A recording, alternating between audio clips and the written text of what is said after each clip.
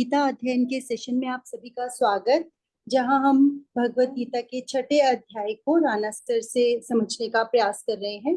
और कल हमने 31 श्लोक पढ़ा था और आज बारी है उससे आगे बढ़ने की। सबको प्रणाम और निवेदन कि आज के सेशन की शुरुआत करें।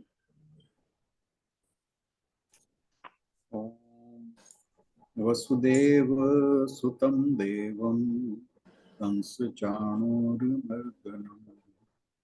देवकी परमानंदं कृष्णं वंदे जगद्गुरुं। सभी को बहुत बहुत प्रणाम। हम कल गीता जी के छठे अध्याय के 31वें श्लोक पर चर्चा कर रहे थे, जिसमें भगवान जी कहते हैं कि जो एक ही भाव से एकत्व मान, तो कि जो एक ही भाव से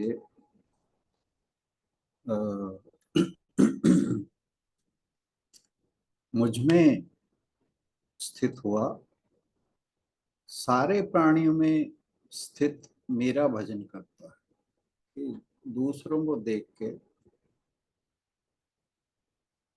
चाहे वो कोई भी जड़ चेतन पदार्थ, प्राणी, पशु, पक्षी, वृक्ष, कुछ भी, तो कहते हैं कि जो योगी सभी प्राणियों में स्थित मेरा भजन करता है, वो जो कुछ भी करता है वो मेरे में ही बर्ताव कर रहा है, वो मेरे में ही स्थित है। ये कल उन्होंने कहा था।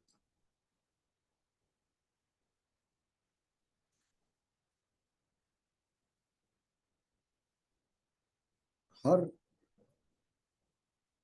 प्राणी में यह सोचना कि सब आत्मा ही है और एक ही आत्मा सारे ब्रह्मांड में, जिसे हम परमात्मा कहते हैं, उसको आच्छादित किए हुए, सब जगह वही है।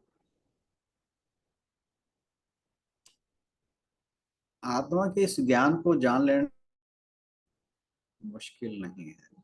ये हम गीता जी की जब बात करते हैं या फिर सत्संग सुनते हैं, कुछ भी इस तरह का हम आध्यात्मिक कार्यक्रम में भाग लेने जाते हैं या प्रवचन सत्संग सुनते हैं, सब जगह इस बात को कहा जाता है। अब इसको जानना तो मुश्किल नहीं, लेकिन उसे व्यवहार में लाना बड़ा मुश्किल है, नामुमकिन जैसा है।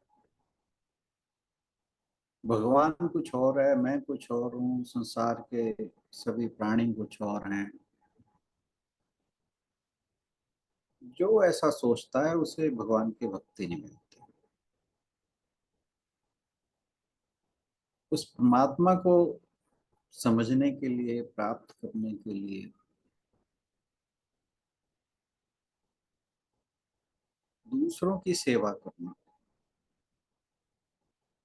या परमात्मा की भक्ति करना, ये दो बड़े सरल साधन है। ज्ञान का जो मार्ग है वो मुश्किल है।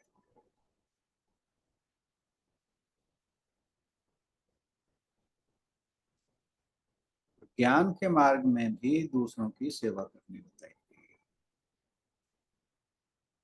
और जब व्यक्ति इस प्रकार परमात्मा के साथ एकत्व स्थापित कर लेता है,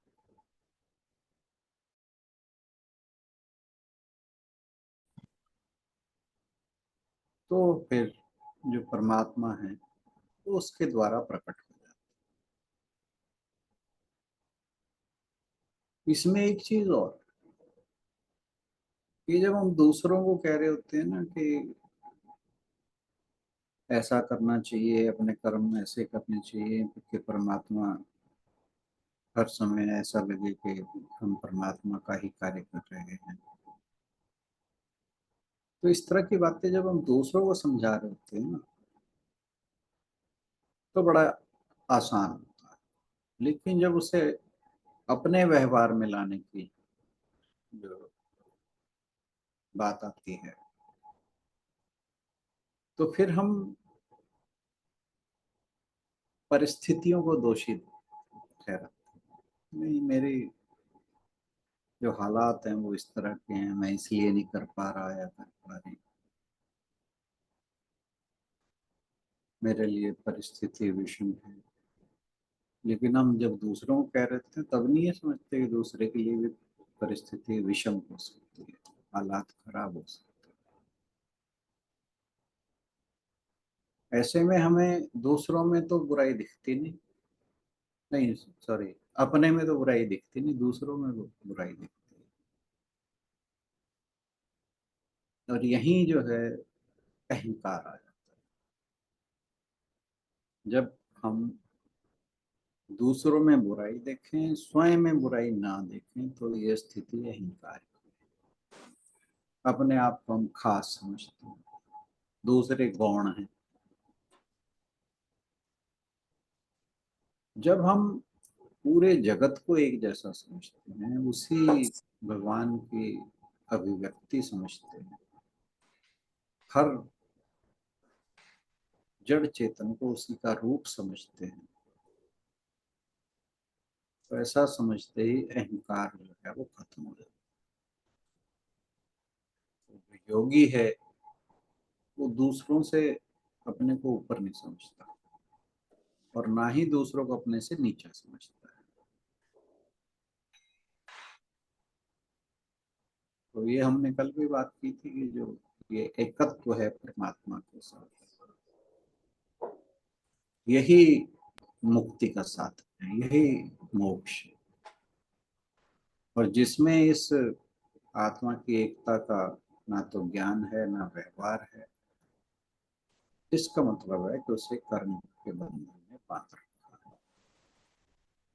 और जो इसे समझ कर, है ना, इसका ज्ञान प्राप्त करके अपने व्यवहार में ले आता है, उसके जो भी कर्म हैं वो ईश्वरीय हो और वह ईश्वर में रहकर कर्म करता है। इससे आगे जो भगवान जी कहते हैं वो आज हम 32वें श्लोक में करेंगे। काशो बहन से श्लोक पढ़ेंगे।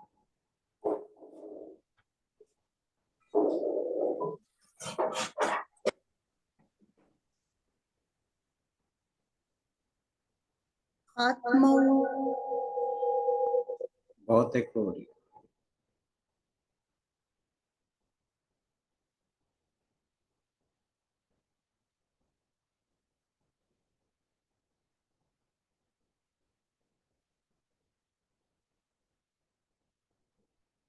आत्मौपम्येन सर्वत्र आत्मौपम्येन सर्वत्र समं पश्यति योऽर्जुन समं पश्यति योऽर्जुन सुखं वा यदि वा दुःखं सुखं वा यदि वा दुःखं स योगी परमो मतः स योगी परमो मतः। हे अर्जुन, वह पूर्ण योगी है जो अपनी तुलना से समस्त प्राणियों की उनके सुखों तथा दुखों की वास्तविक समानता का दर्शन करता है। ये श्लोक सर का भी फेवरेट श्लोक है और बहुत और लोगों का भी फेवरेट श्लोक है। सर जब आपने करवाया था तो मैंने लिखा हुआ है यहाँ पे।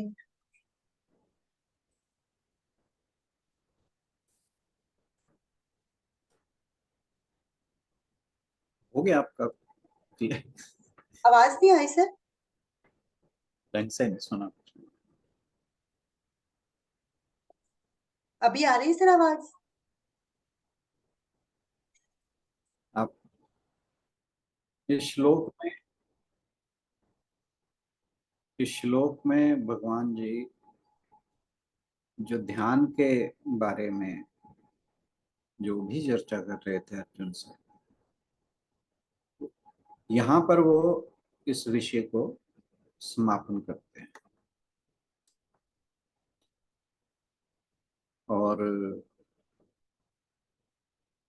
पूरा जो ये विषय था उसका एक तरह से समराइज भी करते हैं। वो कहते हैं कि जो स्वयं को दूसरों में देखता है और उनके सुख दुख का अनुभव करता है, कि अगर कोई सुखी है तो उसे सुख का अनुभव है, कोई दुखी है तो उसे दुख का अनुभव। जबकि आज का जो हालात हैं उसमें लोग दूसरों को सुखी देखकर दुखी होते हैं और दूसरों को दुखी देखकर सुखी होते हैं। तो भगवान जी कहते हैं कि जो दूसरों के सुख दुख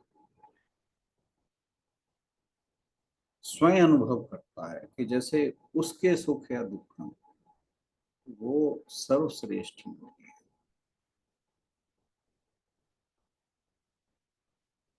जो योगी है जिसकी बात भगवान जी कर रहे हैं, उसने आत्म साक्षात्कार तो कर ही लिया है। उससे उसका जो स्वभाव है वो ऐसा हो जाता है कि सब जगह उसे आत्मा के ही दर्शन होते हैं। उन्हें इस बात का ज्ञान हो जाता है कि जो भी हमें ये स्थूल जगत दिखाई दे रहा है या सूक्ष्म जगत दिखाई दे रहा है,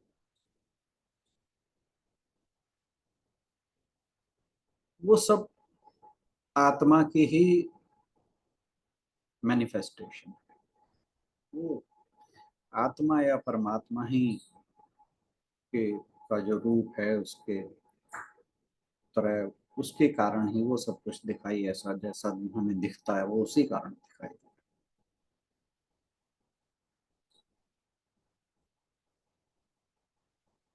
सभी धर्म इस बात के लिए बोलते हैं कि दूसरों के साथ आप वैसा व्यवहार करें जैसा आप चाहते हैं कि वे आपके साथ करें। और भगवान जी भी यहाँ यही कह रहे हैं कि योगी को अपने और अन्य प्राणियों में कोई अंतर दिखाई नहीं देता। उसका जो व्यक्तित्व है वो इतना विस्तृत हो जाता है, इतना विस्तार पा जाता है कि वो जितने भी शरीर हैं उसको अपने शरीर के रूप में देखता है। योगी होने से पहले उसे केवल अपना शरीर दिखाई देता है, लेकिन जब वो एनलाइटनमेंट को प्राप्त कर लेता है, आत्म साक्षात्कार को प्राप्त कर, तो उसे समझ आ जाता है कि मैं ही आत्मा हूं जो इस शरीर के पीछे है और बाकी सभी शरीरों के पीछे। वो एक ही आत्मा मेरे भी शरीर के पीछे है और दूसरों के शरीर के पीछे। तो इसीलिए जो सारे शरीर हैं वो मेरे शरीर जैसे हो जाते हैं, हाथ पैर सब कुछ। एक एग्जाम्पल से हम समझ सकते हैं इस बात को कि जब कभी हमारे खाते वक्त या कैसे भी कभी जीभ हमारे दांतों से कट जाती है, तो हमारे मन में कभी विचार नहीं आता कि इस बात के लिए दांतों को कोई पनिशमेंट दी, क्योंकि ये दोनों चीजें बिल्कुल समान रूप से हमारे अंदर ही व्याप्त है। तो हमें कभी इस बात का विचार ही नहीं आता कि ये दो अलग चीज हैं। ऐसा लगता है कि नहीं, ये तो मैं ही, ये मेरे ही हिस्से हैं। एक को पनिश करूंगा तो जो चोट है वो मुझे ही पहुंचेगी। तो जो ज्ञानी है वो किसी को चोट नहीं पहुंचाता, कि दूसरे को चोट पहुंचाना स्वयं को चोट पहुंचाना।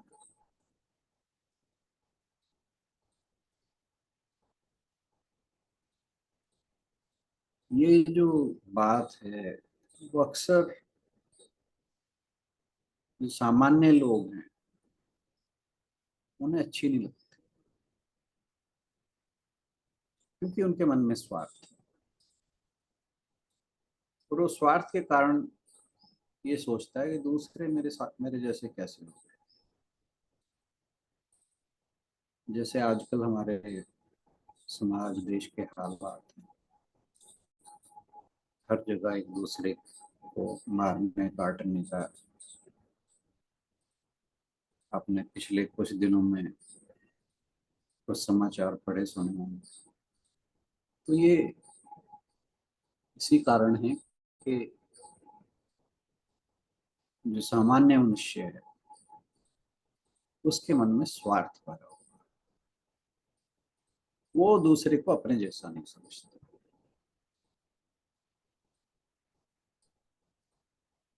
हम दूसरे को कभी भी ऐसा नहीं सोचते जैसा हम अपने को सोचते हैं।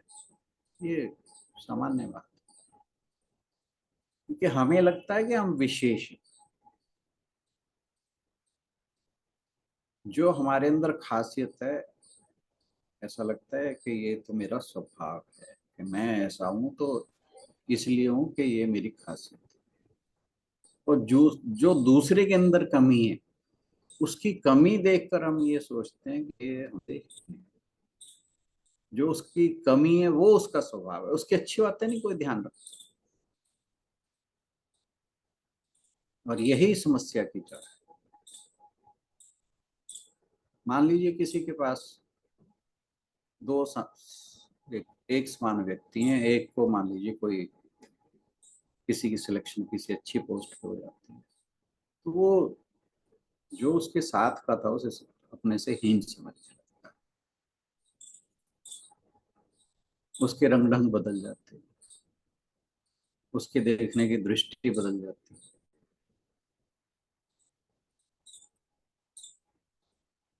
ये सब अज्ञान और स्वार्थ के कारण होता है। और इससे क्या होता है कि जो ऐसे लोगों की प्रवृत्ति है वो अनैतिकता की ओर हो जाती है, ये अनैतिक हो जाते हैं, अनैथिकल हो जाते हैं। इसी कारण समाज में विषमताएं पैदा होती हैं, हिंसा होती है, दूसरों को मारा जाता है, उसे अलग समझा जाता है, इसकी धर्म अलग है, इसकी जात अलग है, इसका ना जाने कितने तरह के फिर डिफरेंशिएशंस जो हैं हम एक दूसरे के लिए करने लगते हैं। इसमें एक हम और एग्जांपल ले, दो व्यक्ति आपस में बात कर रहे थे, तो एक बड़े दार्शनिक अंदाज में बोला कि जिन आदमियों के पास दो मकान है ना, तुम्हें नहीं लगता, दूसरे को कह रहा है, तुम्हें नहीं लगता कि एक उसे दे दिया जाए जिसके पास नहीं है। उसने भी कहा हाँ बात तो ठीक है, होना तो ऐसे ही चाहिए। फिर वो कहता है जिसके पास दो कारें हैं उनमें से एक कार उसको दे देनी चाहिए जिसके पास नहीं है। बिल्कुल ठीक बात है। तो उसने कहा मैं भी ऐसा ही समझता हूँ। तो अब जो दूसरा था उसने कहा कि जिसके पास दो मुर्गियां हैं, तुम्हें नहीं लगता कि उसे उसकी एक मुर्गी लेके दूसरे को मुर्गी दे दी जाए। वो कह रहा ना ये तो नहीं होना चाहिए। कह रहा क्यों? कह रहा क्योंकि मेरे पास दो मुर्गियां हैं। तो ये हमारा जो है अंदाज है दूसरों से व्यवहार करने का। लेकिन जब एक योगी को दूसरे प्राणियों में कोई अंतर दिखाई नहीं देता, तो जितने भी ये नकारात्मक भाव हैं या दोष हैं, ईर्ष्या, घृणा, लोभ, ये सभी भाव दूर हो जाते या यूं कह लें कि जो योगी है वो स्वयं को दूसरे के स्थान पर, यदि दूसरे को सुख है तो उसे सुख महसूस होता है, दूसरे को दुख है तो उसे दुख महसूस होता है। एक बार एक बड़े संत थे, बड़े, ये कह लीजिए सिद्ध संत। तो एक व्यक्ति उनके पास गया और प्रणाम करके उनके पैर छुए। तो जैसे ही वो व्यक्ति प्रणाम करके उठने लगा पैर छू के, तो देखा कि जो वो संत जी थे उन्होंने उस व्यक्ति के पैर छुए।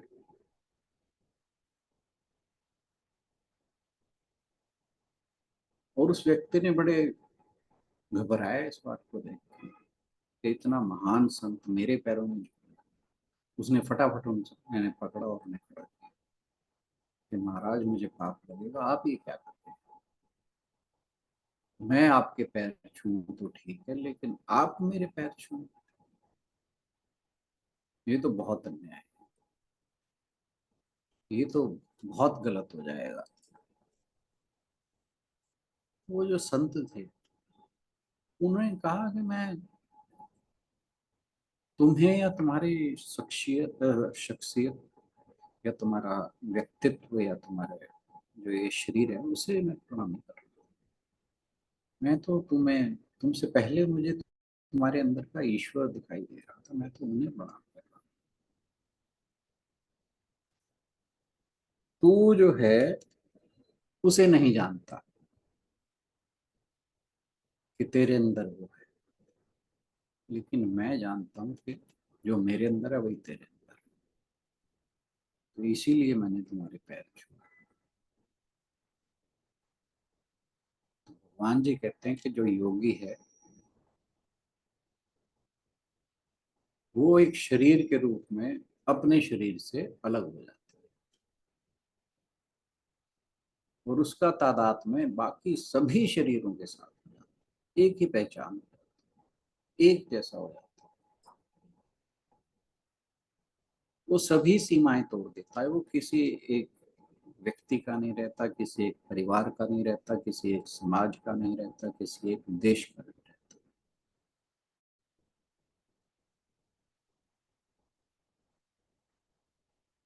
वो सारी सीमाएं तोड़ देता है, वो पूरी दुनिया से नाता जोड़ लेता है।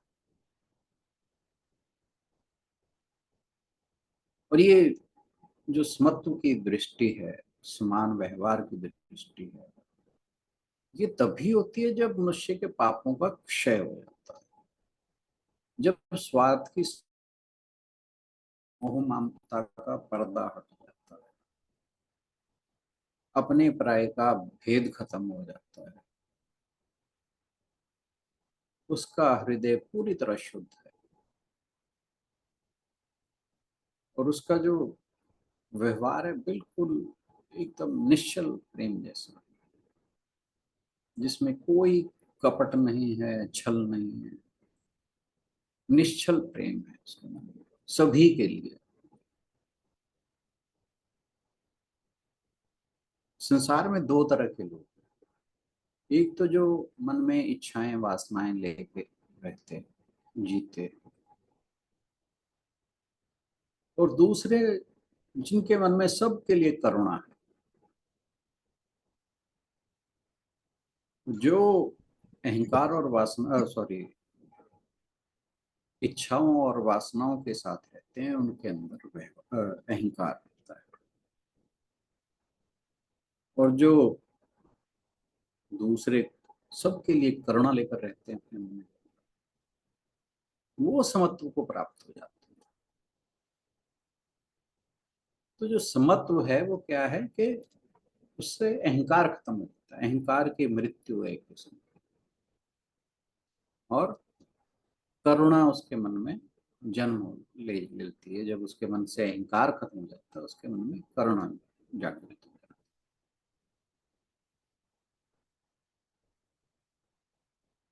जितने भी धर्म हैं आपने सुना हो कि वो इस संसार को दुखों का घर बताते हैं। नानक जी ने कहा था कि नानक दुखिया सब संसार, लेकिन इस जो दुखों का संसार है, दुखों का घर है, उससे परे भी कुछ है, उससे परे एक सत्य है। और जो उस सत्य को जान लेता है वो इन दुखों से परे हो जाता है। ये हमने सेकंड चैप्टर में देखा।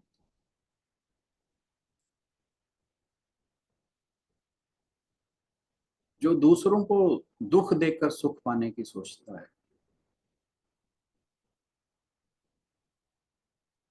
उसका वो कभी भी सुखी नहीं हो सकता। हमारा जो सनातन धर्म है उसकी एक सबसे जो गोल्डन रूल कहा जाता है वो यही है कि सुख बांटो सुख, सर्वे भवन्तु सुखिनः सर्वे सन्तु निरामया। किसी और धर्म में ऐसी बात नहीं।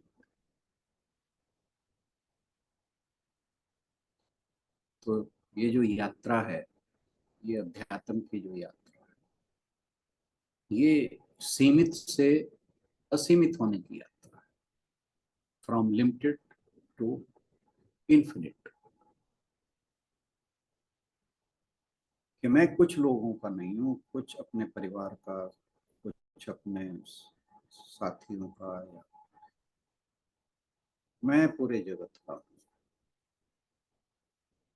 पूरे ब्रह्मांड का।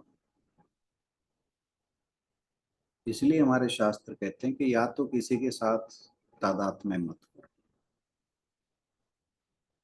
कि जब हम तादात्म्य करते हैं तो फिर हमारे लिए सारे जो समस्याएं हैं, समस्याएं मीन्स बाधाएं, जो एक आध्यात्मिक व्यक्ति की यात्रा में आती हैं, वो सारी बाधाएं आ जाती हैं जब हम किसी के भी साथ तादात्म्य में होते हैं।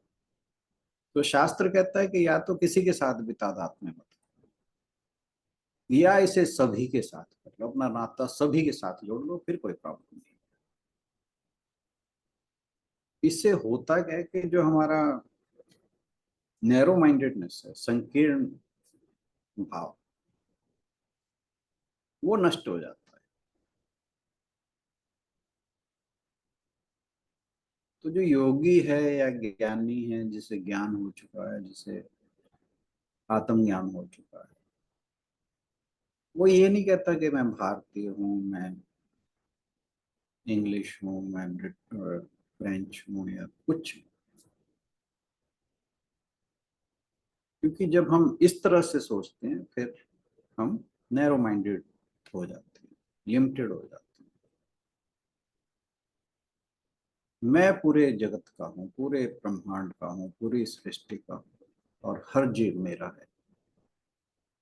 जब इस तरह का विस्तार मन में हो जाता है तो उसे भगवान जी कह रहे हैं वो सर्वश्रेष्ठ योगी है। ईशावास्य उपनिषद के अंदर भी आता है, ईशावास्यम इदम सर्वम, cover everything with God. Shankaracharya ji बड़ी बात करते हैं, वो कहते हैं don't cover everything with God but uncover God in everything.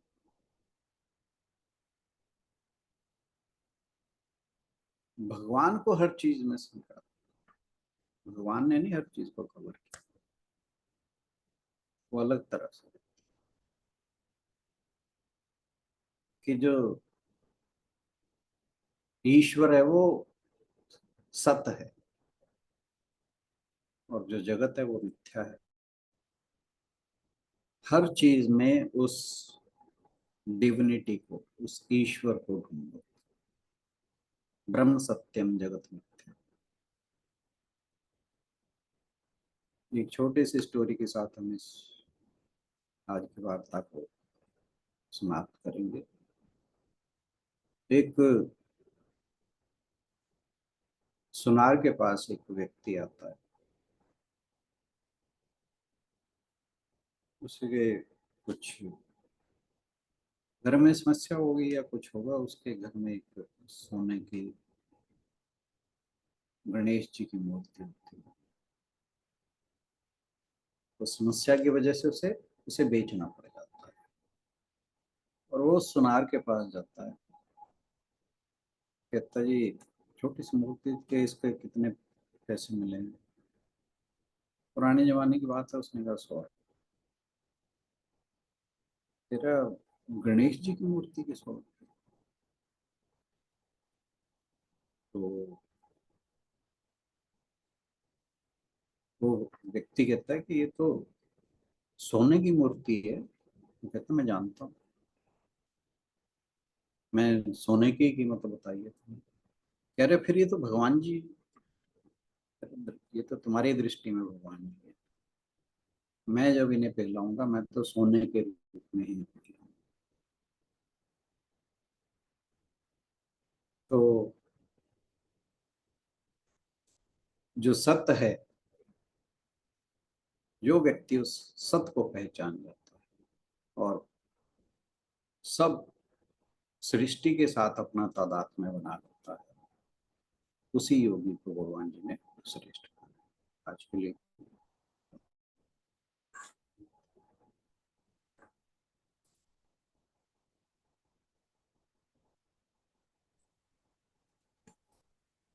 Thank you sir. आज के सेशन के लिए बहुत बहुत धन्यवाद। We all wish you good health.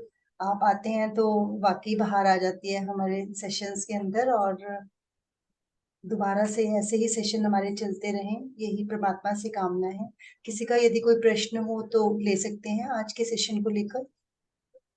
Sir आपने एक वो अभी एग्जाम्पल बताया था ना कि जैसे उसके पास किसी के पास 2 घर हैं तो एक दूसरे को दे देना चाहिए जिसके पास नहीं है, एक कार दूसरे को दे देनी चाहिए जिसके पास नहीं है। फिर वो मुर्गे वाला बताया कि उसके पास 2 मुर्गे हैं।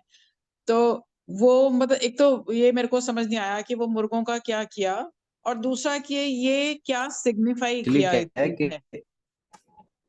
वो जिसके पास मुर्गे है ना, मुर्गी कह लो हाँ या जी। मुर्गे, उसके पास ना तो मकान है ना उसके पास कार है। अच्छा तो वो बट जाए किसी में कोई दिक्कत है, अच्छा, उसके मुर्गे मतलब बट जाए कि तो उसे समस्या है। हाँ वो मतलब कहना चाह रहा है कि मैं मुर्गा दे देता हूँ तो मुझे कार और घर मिल जाए। नहीं नहीं नहीं, नहीं नहीं नहीं नहीं नहीं, वो ये कह रहे हैं कि भी जिसके पास 2 मकान है कि दूसरों को मिलने जाने चाहिए, जिसके पास नहीं है वो कह रहा हाँ। वो कह रहा है जिसके पास 2 कारें हैं वो दूसरों को एक कार मिलनी जानी चाहिए, जिसके पास नहीं है वो कह रहा हाँ। हाँ और जी। कह रहा है जिसके पास 2 मुर्गे हैं वो नहीं, जिसके पास नहीं है उसे मिल जानी। कह रहा नहीं, क्यों? कह रहे क्योंकि मेरे पास मुर्गी है, यानी कि जिसके पास मकान अपना और कुछ होता है वो नहीं देना चाहता, कार तो है नहीं। दूसरों का तो हम बांट ले, लेकिन अपनी चीज हाँ, हम किसी को नहीं देना चाहते। दूसरों अच्छा की अच्छा, चीज तो हम कहेंगे कि बट जाए, लेकिन अपना अपने पास जो अपना है वो नहीं हम बट, नहीं देना चाहते। अपना हमारे पास है। ठीक है, ठीक है सर। हाँ, ये मेरे को समझ नहीं आया कि ये इसका हाँ जी, मतलब क्या एसेंस था, लाइक क्या इसको। ठीक है सर, हाँ जी सर। जी जी। वो घर और कार तो लेने को तैयार है, मुर्गी देने को तैयार नहीं। नहीं नहीं, ये नहीं मतलब इसका। ये यही भी बात मतलब नहीं है, यही है और क्या। ये भी बात नहीं है। उस ये बात ये है कि जो दूसरों के पास है वो बढ़ता रहे, कोई दिक्कत नहीं है, पर जो मेरा है वो मेरे पास रहे, ये है इसका एसेंस। जैसे कि अगर सर मुझे बोले अगर मेरे पास 2 है ही नहीं तो मैं कहूंगी हाँ जी बांट दो, क्या फर्क पड़ता है। लेकिन अगर मेरे पास 2 है तो मैं सोचूंगी ना कि यार 2 ही होने चाहिए, तो एक कैसे दे दूं मैं किसी को।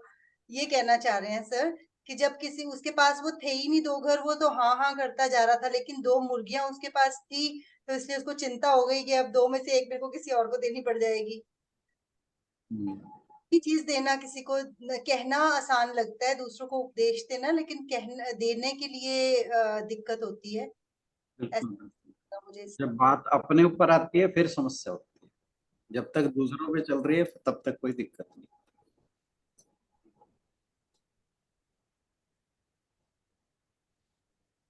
कोई और कुछ कोई कहना और कुछ कहना चाहे? मतलब ये एक तरह से स्वार्थीपना दिखाया जा रहा है ना यहाँ पे कि इंसान थोड़ा स्वार्थी है, बिल्कुल, थोड़ा नहीं, पूरा स्वार्थी। पूरा स्वार्थी है।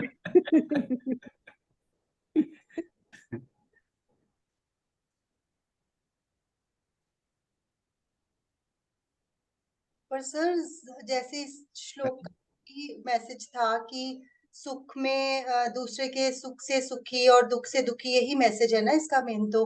बट सर ऐसे ओवर सेंसिटिव लोगों का खुद का तो बड़ा बुरा हाल हो जाता है। क्या चीज? तो लोग इतने ज्यादा ओवर सेंसिटिव हो जाते हैं कि उनको छोटी छोटी चीजें, सभी का दुख और सुख ऐसे महसूस हो रहा होता है, लेकिन वो अपने नहीं, ये सेंसिटिविटी की बात नहीं है। हम्म, ये सेंसिटिविटी से परे की चीज। सेंसिटिविटी तो जो एक मन का, ये कह लीजिए, कमजोरी है। ज्ञानी इन चीजों से सबसे परे है। जो मन की हमारी सेंसिटिविटी है या कुछ और इस तरह की बात है, ये तो उसके लिए है जो अभी संसार में उलझा हुआ है। जिसे आत्मज्ञान हो गया, उसके लिए तो मन ही मन नहीं है। मन का नाश होना ही तो ज्ञान है। तो फिर मन की जो कमजोरियां हैं वो तो ऑटोमेटिकली खत्म। यहाँ बात एक सिद्ध व्यक्ति की हो रही है, ना कि एक सामान्य व्यक्ति की हो रही है।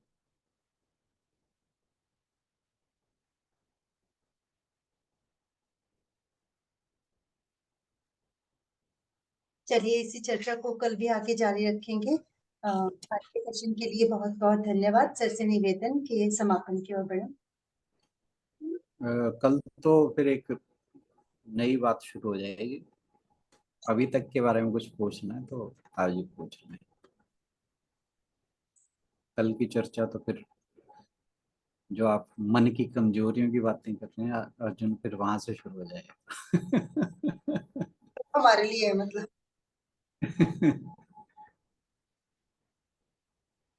चलें फिर।